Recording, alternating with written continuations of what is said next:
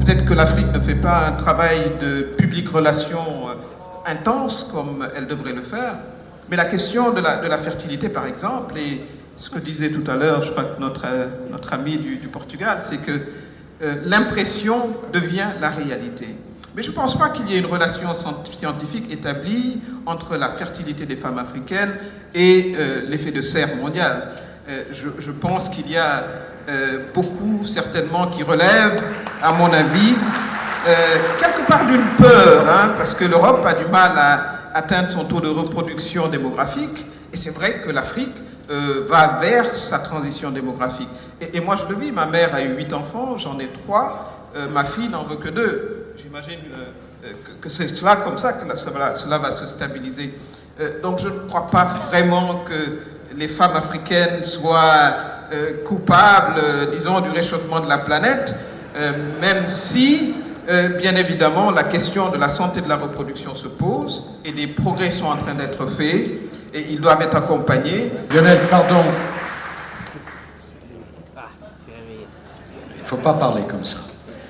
Je vais vous dire deux choses. D'abord, vous avez raison.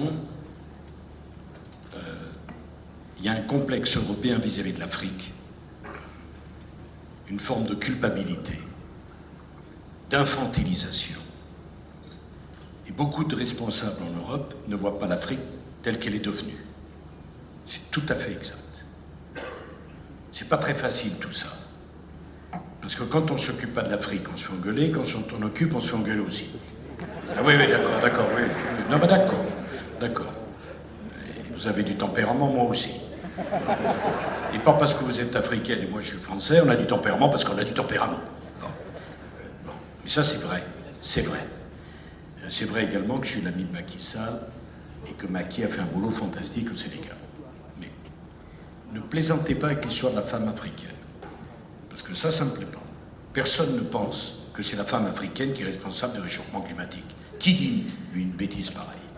Moi, je ne suis pas un intellectuel, et c'est peut-être pour ça que je comprends.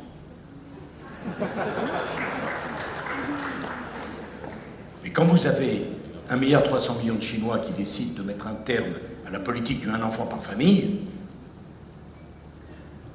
ça a des enjeux considérables sur les équilibres de la planète.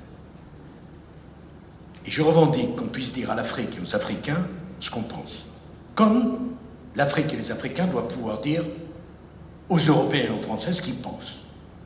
Et vous pouvez faire tout ce que vous voulez, vous pouvez même faire rire. 11 milliards d'individus sur la planète, on n'a jamais connu ça. Les changements climatiques concernant l'Afrique, il faut quand même que le débat, on le pose dans de bons termes. Voilà, l'Afrique est très peu responsable du changement climatique. C'est les pays du Nord qui, pour l'essentiel, l'ont provoqué. Évidemment, comme ça a été dit, on ne peut pas dire c'est pas nous, donc on ne fait rien. Mais ce qui est clair, c'est qu'il faudrait qu'on situe les responsabilités avec le principe de pollueur-payeur. Ceux qui polluent et continuent à polluer doivent mettre dans un fonds de quoi régler les questions de développement liées à l'avancée de la mer, à la désertification, etc. Donc c'est également une question de justice écologique qui se pose. Et ça, c'est important de le dire.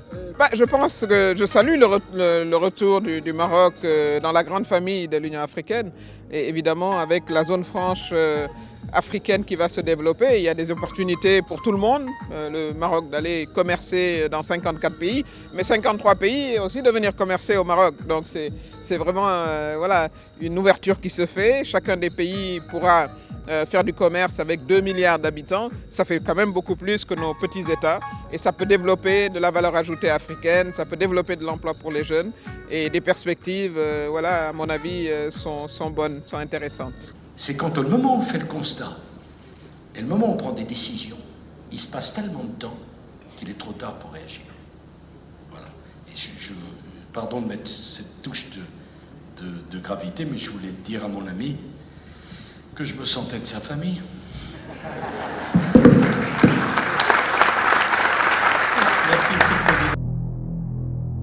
ما تنساش تابونا في لاشين وتأكد بالجرس باش يوصلك جديد فيديوهات من هيث بريس.